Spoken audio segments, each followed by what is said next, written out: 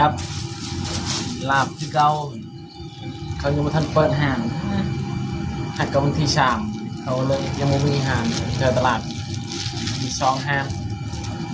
กินลาบคือเก่าเมื่อวานนี้ลาบหมูมื้อนี้ลาบไก่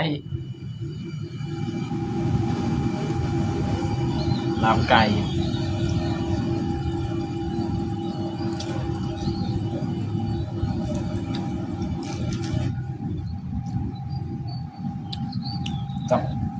ชมหมู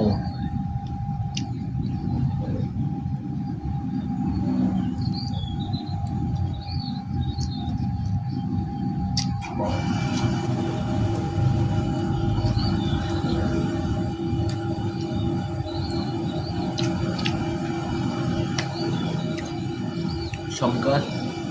ตอนเด็กน่าจะไม่ได้นี่มันชมมันเลยชมกว่าเก่า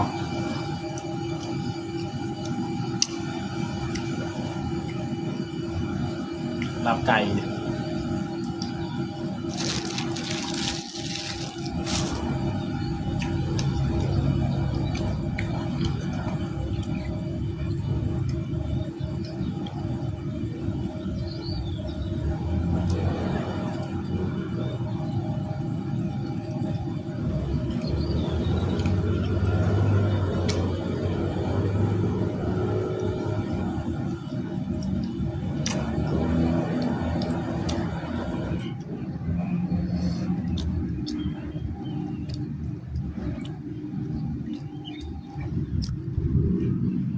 ยังบ่มีห้างขายบ้านนั้น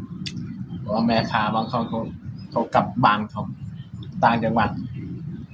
เขายังบ่ทันมาห้างขายของเลยบ่มี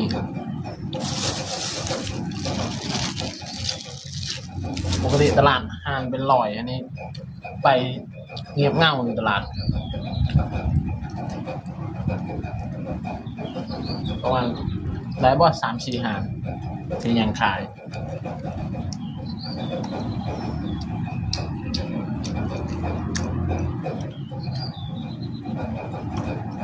ปีหนึ่งมีเทื่อหนึ่งไผก็อยากหยุด